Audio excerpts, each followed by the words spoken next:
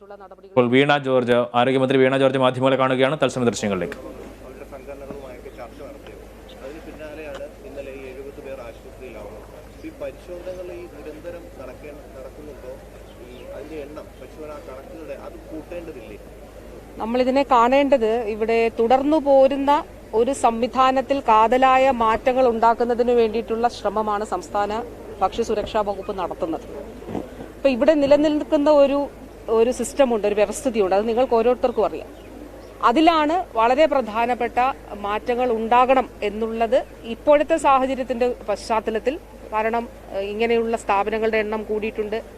അവിടെ ജോലി ചെയ്യുന്നവർ, പ്രത്യേകിച്ച് അതിഥി തൊഴിലാളികളായിട്ടുള്ള ധാരാളം ആളുകൾ അവിടെ ജോലി ചെയ്യുന്നുണ്ട്. അങ്ങനെ ഈ സാഹചര്യങ്ങളിൽ വലിയ മാറ്റങ്ങളും കൂടി ഉണ്ടായിട്ടുണ്ട്. അപ്പോൾ ഈ തുടർന്നു പോരുന്ന ഒരു സംവിധാനത്തിൽ ഈ സാഹചര്യങ്ങളുടെ കൂടി പശ്ചാത്തലത്തിൽ കാതലായ മാറ്റങ്ങൾ ഉണ്ടാകണം എന്നുള്ളത് കണ്ടുകൊണ്ടാണ് ഭക്ഷ്യസുരക്ഷാ വകുപ്പ് ഇതിനു വേണ്ടിയിട്ടുള്ള നടപടികൾ ആരംഭിച്ചിട്ടുള്ളത്. അപ്പോൾ കാണേണ്ടത്, ഈ നിങ്ങൾക്ക് തന്നെ അറിയാം, ഓരോ ദിവസവും നടത്തുന്ന പരിശോധനകളിൽ കുറേ സ്ഥാപനങ്ങൾ പൂട്ടുന്നുണ്ട്, കുറേ സ്ഥാപനങ്ങൾക്ക് നോട്ടീസ് കൊടുക്കുന്നുണ്ട്. അതിൻ്റെ അർത്ഥം നല്ല രീതിയിൽ പരിശോധനകൾ നടക്കുന്നുണ്ട് എന്നുള്ളത് തന്നെയാണ്. അപ്പോൾ ഇതിൽ സ്വീകരിക്കാവുന്ന എല്ലാവിധമായിട്ടുള്ള നടപടികളും സ്വീകരിച്ച് മുന്നോട്ട് പോകണം എന്നുള്ളതാണ്. അതൊരു തുടർ പ്രവർത്തനമാണ്. ഇപ്പോൾ ഉദാഹരണം പറഞ്ഞാൽ, ഇപ്പോൾ അവിടെ പ്രവർത്തിക്കുന്ന ആ സ്ഥാപനത്തിൽ ജോലി ചെയ്യുന്ന ഓരോരുത്തർക്കും ഹെൽത്ത് കാർഡ് വേണമെന്നുള്ളത് നിർബന്ധമാക്കിയിട്ടുണ്ട്. അപ്പോൾ ഫെബ്രുവരി 1 മുതൽ ഹെൽത്ത് കാർഡ് ഇല്ലാത്ത ജീവനക്കാരുള്ള സ്ഥാപനങ്ങൾ പ്രവർത്തിക്കാൻ അനുവദിക്കില്ല എന്നുള്ളത് തന്നെയാണ്. അത് സംബന്ധിച്ചിട്ടുള്ള പരിശോധനകൾ, അതൊരു 10 ദിവസത്തെ ഒരു ഇടവേള. നമ്മൾ ഇന്ന് 18ആണ്. അപ്പോൾ അവരുമായിട്ട് ചർച്ച നടത്തിയ ഒരു 2 ആഴ്ച സമയം. അതൊരു ഫെബ്രുവരി 1 മുതൽ എല്ലാ സ്ഥാപനങ്ങളിലും പ്രവർത്തിക്കുന്ന, അതായത് ഹോട്ടലുകളിലും റെസ്റ്റോറൻറ്റുകളിലും പ്രവർത്തിക്കുന്ന ആളുകൾക്ക് ഹെൽത്ത് കാർഡ് ഉണ്ടാകണം എന്നുള്ളത് വളരെ കർശനമായി തന്നെ നടപ്പിലാക്കും. അപ്പോൾ അതിൽ മറ്റൊരു വിഷയം കൂടി കണ്ടു. ഇപ്പോൾ ഒരു പരിശോധന നടത്തുന്നത് എളുപ്പമാക്കാൻ വേണ്ടി ഒരു ഡോക്ടറെ കണ്ടിട്ട് ഇത് എഴുതി വാങ്ങിക്കുന്ന രീതി ഉണ്ട് എന്ന് ഈ ചർച്ചയിൽ തന്നെ അവർ പറഞ്ഞു. അങ്ങനെ വ്യാജമായി ഏതെങ്കിലും സർട്ടിഫിക്കറ്റ്, ഹെൽത്ത് കാർഡ് ലഭ്യമാകുന്നതിന് വേണ്ടി ഏതെങ്കിലും ഡോക്ടറോ അങ്ങനെ കൊടുത്താൽ രജിസ്ട്രേഷൻ ഉൾപ്പെടെ റദ്ദാക്കുന്നതിന് വേണ്ടിയിട്ടുള്ള നടപടികൾ സ്വീകരിക്കും. മെഡിക്കൽ കൗൺസിൽ നൽകുന്ന രജിസ്ട്രേഷൻ ഉൾപ്പെടെ റദ്ദാക്കുന്ന നടപടികൾ സ്വീകരിക്കും. അതായത് വ്യാജമായി യാതൊരു രേഖയും ഇതുമായി ബന്ധപ്പെട്ട് ഉണ്ടാകാൻ പാടില്ല. FSSAI പ്രകാരം, ആക്ട് പ്രകാരവും ഒരു തരത്തിലുള്ള വ്യാജരേഖകളും ഇങ്ങനെയുള്ള സ്ഥാപനങ്ങൾ നടത്തുന്നവർ ലഭ്യമാക്കാൻ പാടില്ല. അതായത് ഹെൽത്ത് കാർഡ് എന്നുള്ളത് അത് പൂർണ്ണമായ പരിശോധനകൾ നടത്തിയിട്ടുള്ള ഹെൽത്ത് കാർഡ് തന്നെ ആയിരിക്കണം എന്നുള്ളതാണ്. അതോടൊപ്പം തൊഴിൽ വകുപ്പുമായി ചേർന്നുകൊണ്ട് ഇപ്പോൾ ഇതിനകത്ത് നിരവധി ഇതിന്റെ ഒരു ഫുഡ് ചെയിൻ എന്ന് പറയുന്നത് അനേകം കാര്യങ്ങൾ ഉൾപ്പെടുന്ന ഒരു ശൃംഖലയാണ്. വാസ്തവത്തിൽ അതിന്റെ ഒരു എൻഡാണ് നമ്മൾ കാണുന്ന റെസ്റ്റോറൻറ്റും ഹോട്ടലും. അപ്പോൾ ഈ തൊഴിൽ വകുപ്പുമായി ചേർന്നുകൊണ്ട് ഭക്ഷ്യസുരക്ഷാ വകുപ്പ് ഇങ്ങനെ നമ്മുടെ ഈ സ്ഥാപനങ്ങളിൽ പ്രവർത്തിക്കുന്നവർ താമസിക്കുന്ന ഇടങ്ങളിലെ അവിടുത്തെ ശുചിത്വം, അവിടുത്തെ വൃത്തി സാഹചര്യങ്ങൾ അത് കൃത്യമായി പരിശോധിക്കണമെന്നുള്ളത് തീരുമാനിച്ചിട്ടുണ്ട്. അപ്പോൾ അതനുസരിച്ച് 2 വകുപ്പുകളും, അതുമാത്രമല്ല തദ്ദേശ വകുപ്പുമായി സഹകരിച്ച് ഇപ്പോൾ തൊട്ടടുത്ത് ആരോഗ്യ വകുപ്പിലെ ഹെൽത്ത് ഇൻസ്പെക്ടർമാർ ഉൾപ്പെടെ ഉള്ളവർക്ക് പ്രത്യേകമായിട്ടൊരു ട്രെയിനിങ് കൊടുക്കുകയാണ്. കാരണം പഞ്ചായത്ത് രാജും ആക്ടും അതുപോലെ മുനിസിപ്പൽ ആക്ട് പ്രകാരം ഇതിന്റെ പൊതുജനാരോഗ്യം മുൻനിർത്തി സാനിറ്റേഷൻ ഉൾപ്പെടെയുള്ള കാര്യങ്ങളെ പരിശോധിക്കുന്നതിന് വേണ്ടിയിട്ടുള്ള അധികാരം ഈ ആരോഗ്യ പ്രവർത്തകർക്കുണ്ട്. അപ്പോൾ അതനുസരിച്ച് അവരിൽ ചുമതലപ്പെട്ടിരിക്കുന്ന, നിയമപരമായി അവരിൽ ഏൽപ്പിക്കപ്പെട്ടിരിക്കുന്ന ഉത്തരവാദിത്തങ്ങളെ നിർവഹിക്കുന്നതിന് വേണ്ടിയിട്ടുള്ള പ്രത്യേകമായ പരിശീലനവും ഏത് തരത്തിൽ അത് നടപ്പിലാക്കാമെന്നുള്ളത് സംബന്ധിച്ച് അതുകൂടി നൽകാം. അപ്പോൾ അവരുടെ കൂടി സഹായം ഒരു 10,000-4,000-ഓളം ജീവനക്കാർ. അപ്പോൾ ആ രീതിയിൽ ഈ പരിശോധനകൾക്കും ശുചിത്വം ഉറപ്പാക്കുന്നതിനും വേണ്ടി ഉണ്ടാകും എന്നുള്ളതാണ്.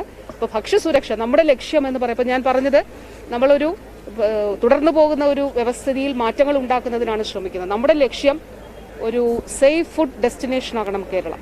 അത് നമ്മുടെ സംസ്ഥാനത്തെ ജനങ്ങളെ സംബന്ധിച്ച് മാത്രമല്ല, മറ്റ് സംസ്ഥാനങ്ങളിൽ നിന്നോ അല്ലെ വിദേശ രാജ്യങ്ങളിൽ നിന്നും ഇവിടെ എത്തുന്ന ആളുകളെ സംബന്ധിച്ചിടത്തോളം നമ്മളിവിടെ ഏതൊരു ചെറിയ കടയിൽ കയറിയാലും വലിയ കടയിൽ കയറിയാലും വൃത്തിയുള്ള അതുപോലെ സുരക്ഷിതമായ ഭക്ഷണം ലഭിക്കുന്നു എന്നുള്ളത് ഉറപ്പാക്കപ്പെടേണ്ടതുണ്ട്. അതിന് വിഘാതമായി നിൽക്കുന്ന എന്തിനെതിരെയും അതിശക്തമായ നടപടികൾ സ്വീകരിക്കും. ഇനി മുതൽ ഇങ്ങനെ നടപടികൾ സ്വീകരിക്കുന്ന, പ്രോസിക്യൂഷൻ നടപടികൾക്ക് വിധേയമാകുന്ന, അതല്ലെങ്കിൽ പൂട്ടുന്ന സ്ഥാപനങ്ങളുടെ പേരുവിവരങ്ങളും പ്രസിദ്ധീകരിക്കുന്നതിന് ഭക്ഷ്യസുരക്ഷാ വകുപ്പ് തീരുമാനിച്ചിട്ടുണ്ട്. അതെ, അല്ല, നിലവിലുള്ള തസ്തികകൾ ഒഴിഞ്ഞു കിടക്കുകയല്ല. ഇപ്പോൾ FSOമാരുടെ കാര്യം നമ്മൾ നോക്കുകയാണെങ്കിൽ 140 ഫുഡ് സേഫ്റ്റി ഓഫീസേഴ്സാണ്. 140 നിയോജക മണ്ഡലങ്ങളിൽ 140 ഫുഡ് സേഫ്റ്റി ഓഫീസേഴ്സാണ് ഉള്ളത്. അപ്പോൾ അതിൽ കുറച്ച് വേക്കൻസി നിലവിലുള്ളത് 4-5 തസ്തികകൾ സംബന്ധിച്ച് കേസ് നിലവിലുണ്ട്. അപ്പോൾ അവിടെ നമുക്ക് നിയമനം നടത്താൻ കഴിയില്ല. അതിനുശേഷമുള്ളത് സ്പെഷ്യൽ റിക്രൂട്ട്മെന്റ് ആണ്. 3-4 തസ്തികകളിലേക്ക് സ്പെഷ്യൽ റിക്രൂട്ട്മെന്റ്. ഇത് ഒഴികെയുള്ള ബാക്കി എല്ലാ തസ്തികകളിലേക്കും നമ്മൾ നിയമനം നടത്തിയിട്ടുണ്ട്. അല്ല, അതുകൊണ്ടാണ് എല്ലാ വകുപ്പുകളുടെയും കൂടി സഹകരണം. അതാണ് പറഞ്ഞത്. തൊഴിൽ വകുപ്പ്, തദ്ദേശ വകുപ്പ്, ആരോഗ്യ വകുപ്പിന് കീഴിലുള്ള ഹെൽത്ത് ഇൻസ്പെക്ടേഴ്സ് ഉൾപ്പെടെയുള്ളവരെ കൂടി ഉപയോഗിച്ചുകൊണ്ട് അവരുടെ സഹായം, അതായത് നമുക്ക് പൊതുജനാരോഗ്യം മുൻനിർത്തി മറ്റ് നിയമങ്ങൾ അനുശാസിക്കുന്ന അല്ലെങ്കിൽ മറ്റു നിയമങ്ങളിൽ പറഞ്ഞിട്ടുള്ള രീതിയിലുള്ള പരിശോധനകൾ നടത്തുന്നതിനും നടപടികൾ സ്വീകരിക്കുന്നതിനും വേണ്ടിയിട്ട്. അപ്പോൾ അതിനാണ് പ്രത്യേകമായി അവർക്കും ട്രെയിനിങ് കൊടുത്ത് എല്ലാവരുടെയും പങ്കാളിത്തത്തോടു കൂടി ഇത് സാധ്യമാക്കണമെന്നുള്ളതാണ്. ഇത് സംബന്ധിച്ച ഒരു കാര്യം കൂടിയുണ്ട്. ഇപ്പോൾ ഇങ്ങനെ സ്വീകരിക്കുന്ന നിയമ നടപടികളിൽ അതിലാവശ്യമായിട്ടുള്ളതിൽ നമ്മൾ പോലീസിന്റെ സഹായം തേടും. അപ്പോൾ സ്വീകരിക്കുന്ന നിയമ നടപടികളിൽ പഴുതടച്ചുള്ള നടപടികൾ സ്വീകരിക്കുന്നു എന്നുള്ളത് ഉറപ്പാക്കുന്നതിന് വേണ്ടി അതിലുള്ള ആ രീതിയിലുള്ളൊരു സാഹചര്യം ഉണ്ടായിരിക്കും. അതെ അതെ അതെ അങ്ങനെ അത് നിരോധിച്ചതാണ്. അതായത് ആക്ട് പ്രകാരം, ആക്ടിലെ പ്രൊവിഷൻ പ്രകാരം ഭക്ഷ്യസുരക്ഷാ കമ്മീഷണർ നിരോധിച്ചതാണ് റോ എഗ് കൊണ്ടുള്ള പച്ച മുട്ട ഉപയോഗിച്ചുള്ള മയണീസ്. മറ്റു മയണീസ് ഉപയോഗിക്കാം, വെജിറ്റബിൾ മയണീസ് വെച്ചുള്ളത് ഉപയോഗിക്കാം, പാസ്ചറൈസ്ഡ് എഗ് വെച്ചുള്ളത് ഉപയോഗിക്കാം. മുട്ട തന്നെ വേണമെന്ന് പറയുന്നവർക്ക് പാസ്ചറൈസ്ഡ് മുട്ട ഉപയോഗിച്ചുള്ള മയണീസ് ഉപയോഗിക്കാം. പക്ഷെ ഇത് ഉപയോഗിച്ച് വീണ്ടും ഇത് നൽകുന്നു എന്നുള്ളത് എവിടെയെങ്കിലും കണ്ടുപിടിക്കപ്പെട്ടാൽ തടവ് ശിക്ഷ ഉൾപ്പെടെയുള്ളവ, പിഴയും തടവ് ശിക്ഷ ഉൾപ്പെടെയുള്ളവ കിട്ടും.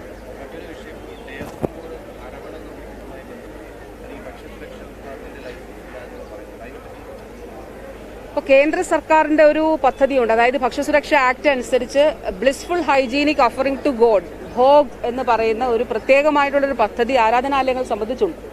അപ്പോൾ കേന്ദ്ര സർക്കാർ ഈ FSSAIയുടെ മാർക്ക് നൽകുന്നത് സംസ്ഥാനങ്ങൾക്ക് നൽകുന്നതിന്റെ ഒരു ഘടകം ഇതാണ്. ഭോഗില് എത്ര ആരാധനാലയങ്ങൾ ഉൾപ്പെട്ടു, എല്ലാ മതവിശ്വാസങ്ങളിലും പെട്ട ആരാധനാലയങ്ങളെ ഇതിൽ ഉൾപ്പെടുത്തണം എന്നുള്ളതാണ് കേന്ദ്ര സർക്കാരിന്റെ നിർദ്ദേശം. അത് ഈ നിയമത്തിന്റെ അടിസ്ഥാനത്തിലുള്ളതാണ്. അപ്പോൾ ഇപ്പോൾ നമ്മളത് ആരംഭിച്ചിട്ടുണ്ട്. ഇപ്പോൾ 2022 അതിന്റെ നടപടികൾ ആരംഭിച്ചു. പരമാവധി ആരാധനാലയങ്ങളെ കേന്ദ്ര നിയമത്തിന്റെ, കേന്ദ്ര സർക്കാരിന്റെ നിർദ്ദേശത്തിന്റെ അടിസ്ഥാനത്തിൽ ഈ ബ്ലിസ്, നിങ്ങൾക്ക് തന്നെ സെർച്ച് ചെയ്ത് നോക്കിയാൽ കാണാൻ കഴിയും, blissful hygienic offering to God എന്നുള്ള ഇതിലേക്ക് എല്ലാ ആരാധനാലയങ്ങളെയും കൊണ്ടുവരണം എന്നുള്ളതാണ് കേന്ദ്ര സർക്കാർ പറയുന്നത്. അതനുസരിച്ച് അതാത് ആരാധനാലയങ്ങൾ അല്ലെങ്കിൽ ബന്ധപ്പെട്ട ആളുകളുമായിട്ട് ചർച്ച നടത്തി അതിലേക്ക് കൊണ്ടുവരുന്നതിന് വേണ്ടിയിട്ടാണ് സർക്കാർ ശ്രമിക്കുന്നത്, ഭക്ഷ്യസുരക്ഷാ വകുപ്പ് ശ്രമിക്കുന്നത്.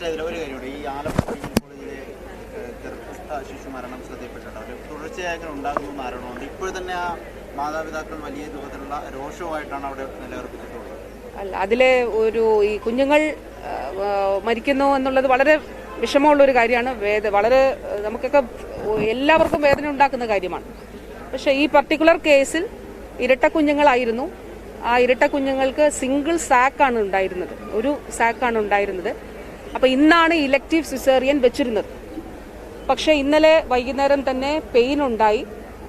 പക്ഷെ സിസേറിയനിലൂടെ കുഞ്ഞുങ്ങളെ പുറത്തെടുത്തപ്പോൾ ഇവർക്ക് ഒരു പൊക്കിൾ കൊടിയാണ് ഉണ്ടായിരുന്നത്. ഒരു കുഞ്ഞ് റെഡ് കളറിലും ഒരു കുഞ്ഞ് വളരെ പെയിലുമായിരുന്നു. അപ്പോൾ കുഞ്ഞുങ്ങളിൽ നിന്ന് ഒരാളിൽ നിന്ന് മറ്റൊരാളിലേക്ക് ബ്ലഡ് പോയിട്ടുണ്ട് എന്നുള്ളതാണ് കണക്കാക്കുന്നത്. അപ്പോൾ ഇത് അങ്ങനെ മെഡിക്കൽ എക്സ്പേർട്സിന്റെ ഒപ്പീനിയൻ അനുസരിച്ച് ഇത് അങ്ങനെ ഉണ്ടാകുന്നതാണ് എന്നുള്ളതാണ്. അപ്പോൾ അതിൽ പൊതുവെ എനിക്ക് പറയാനുള്ളത് ഇങ്ങനെയുള്ള കാര്യങ്ങളിൽ മെഡിക്കൽ വിദഗ്ധരുടെ കൂടി ഒരു അഭിപ്രായം വാർത്തകളിൽ കൊടുക്കണം എന്നുള്ളത് തന്നെയാണ്. കാരണം അവരുടെ മാത്രമല്ല ഞാൻ പറഞ്ഞ പൊതുസമൂഹത്തിൽ, അതായത് ഒരു കമ്മ്യൂണിറ്റിയെ മുഴുവൻ, നമ്മുടെ ഇപ്പൊ നമുക്കറിയാം ഒരു 60-70% സംസ്ഥാനത്തെ ആളുകൾ ആശ്രയിക്കുന്നത് സർക്കാർ ആശുപത്രികളെയാണ്. അപ്പോൾ അങ്ങനെയുള്ള ആശുപത്രികളെ സംബന്ധിച്ച് അവിടെ പ്രവർത്തിക്കുന്ന അല്ലെങ്കിൽ പൊതുവെ ആരോഗ്യ മേഖലയിൽ പ്രവർത്തിക്കുന്ന നമ്മുടെ ഹെൽത്ത് വർക്കേഴ്സ്, അവരുടെ ഒരു കമ്മ്യൂണിറ്റിയെ സംബന്ധിച്ചിടത്തോളം അവരുടെ മനോവീര്യം നിലനിർത്തുക എന്നുള്ളത് വളരെ പ്രധാനപ്പെട്ടതാണ്. അപ്പോൾ ഇങ്ങനെയുള്ള വാർത്തകളിൽ ഒരു സർക്കാർ മേഖലയിൽ പ്രവർത്തിക്കുന്നവരുടെ വേണ്ട, മറ്റ് പുറത്ത് പ്രവർത്തിക്കുന്നവരുടെ ഒരു മെഡിക്കൽ ഒപ്പീനിയൻ കൂടി ഇങ്ങനെയുള്ള വാർത്തകളിൽ കൊടുക്കണം എന്ന് അഭ്യർത്ഥിക്കുന്നു. ആ കുടുംബത്തിന്റെ വിഷമത്തിൽ പങ്കുചേരുന്നു. ആ 2 കുഞ്ഞുങ്ങളാണ്. അത് ഈ ഒരു സാഹചര്യമാണ്. ഒരു സിംഗിൾ സാക്ക്, സാധാരണ 2 സാക്കാണ് ഉണ്ടാകുന്നത്, പക്ഷേ ഇതൊരു സിംഗിൾ സാക്കിൽ ആണ് കുഞ്ഞുങ്ങൾ ഉണ്ടായിരുന്നത്. അത് വിഷമമുള്ള ഒരു കാര്യമാണ്.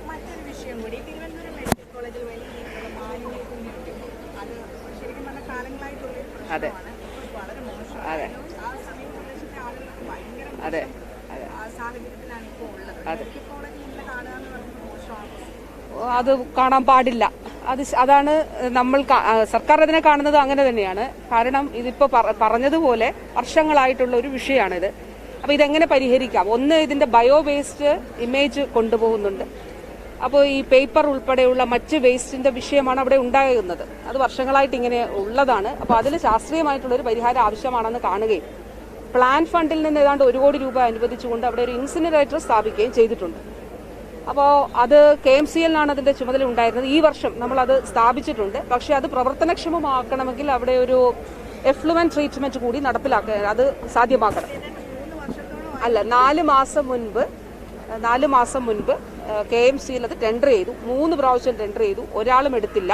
ഇപ്പോൾ ഒരു ബിഡ് കിട്ടിയിട്ടുണ്ട്. അപ്പോൾ 3 പ്രാവശ്യം ടെൻഡർ ചെയ്ത് കഴിഞ്ഞാൽ പിന്നെ കൊട്ടേഷൻ ക്ഷണിച്ചുകൊണ്ട് അവർക്ക് അത് മാനദണ്ഡ പ്രകാരമുള്ള നടപടികൾ സ്വീകരിക്കാവുന്നതാണ്. ഇപ്പോൾ ഒരു ബിഡ് കിട്ടിയിട്ടുണ്ട്. അപ്പോൾ വർഷങ്ങളായി നിലനിന്ന ഒരു പ്രശ്നത്തിന് പരിഹാരത്തിലേക്ക് നീങ്ങുകയാണ് ഇപ്പോൾ ചെയ്യുന്നത്.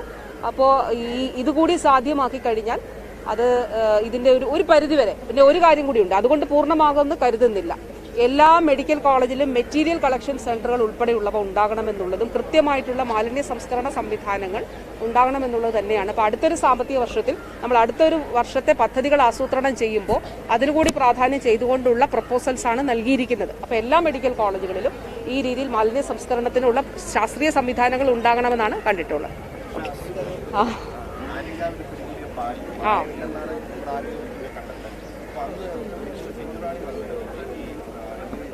ഹൈഡ്രജൻ പർവ്വതം അത് കലർത്തി 6 മണിക്കൂറിനുള്ളിൽ പരിശോധിച്ചാലേ അതിന്റെ സാധനം കണ്ടെത്തുക. അപ്പോൾ അല്ല, ഞാനത് ഇന്നലെ പറഞ്ഞിരുന്നു. അതായത് ആര്യങ്കാവിൽ ചെക്ക് പോസ്റ്റിൽ അവിടെ വെച്ച് ഓൺ ദ സ്പോട്ടിൽ നടത്തിയ പരിശോധനയിലാണ് അത് കണ്ടെത്തിയതായിട്ട് പറഞ്ഞത്. അപ്പോൾ അതിനുശേഷം ഭക്ഷ്യസുരക്ഷാ വകുപ്പ് അക്രഡിറ്റഡ് ആയിട്ടുള്ള ലാബിൽ സീൽ ചെയ്ത് അത് പരിശോധിച്ചപ്പോൾ ഞാൻ ഭക്ഷ്യസുരക്ഷാ കമ്മീഷണർ റിപ്പോർട്ട് തരും. 2 ടെസ്റ്റുകൾ അവിടെ നടത്തിയിരുന്നു. വനേഡിയം പെൻഡോക്സൈഡ് മെത്തേഡും പിന്നെ ഒരു അയഡിൻ പൊട്ടാഷ്യം സ്റ്റാർച്ച് മെത്തേഡ്, 2 ടെസ്റ്റാണ് അവിടെ നടത്തിയിട്ടുള്ളത്. ഈ 2 ടെസ്റ്റിലും അത് നെഗറ്റീവായിട്ടാണ് വന്നത്. ഇത് കൂടാതെ ക്ഷീരവികസന വകുപ്പിന്റെ ഒരു ലാബുണ്ട് തിരുവനന്തപുരത്ത്. അത് സ്റ്റേറ്റ് ഡയറി ലാബാണ്. ആ ലാബിലെ പരിശോധനാ ഫലം അത് അക്രഡിറ്റഡാണ്. അപ്പോൾ ഈ ഭക്ഷ്യസുരക്ഷാ ലാബിന്റെ പോലെ അക്രഡിറ്റഡ് ലാബാണത്. ആ ലാബിന്റെ പരിശോധനാ ഫലവുമായിട്ട് ഇത് നമുക്ക് താരതമ്യം ചെയ്യാവുന്നതാണ് എന്നുള്ളത് ഞാൻ പറഞ്ഞിരുന്നു. അപ്പോൾ ആ കാര്യം അറിയിച്ചിരുന്നു. ശരി, താങ്ക് യു.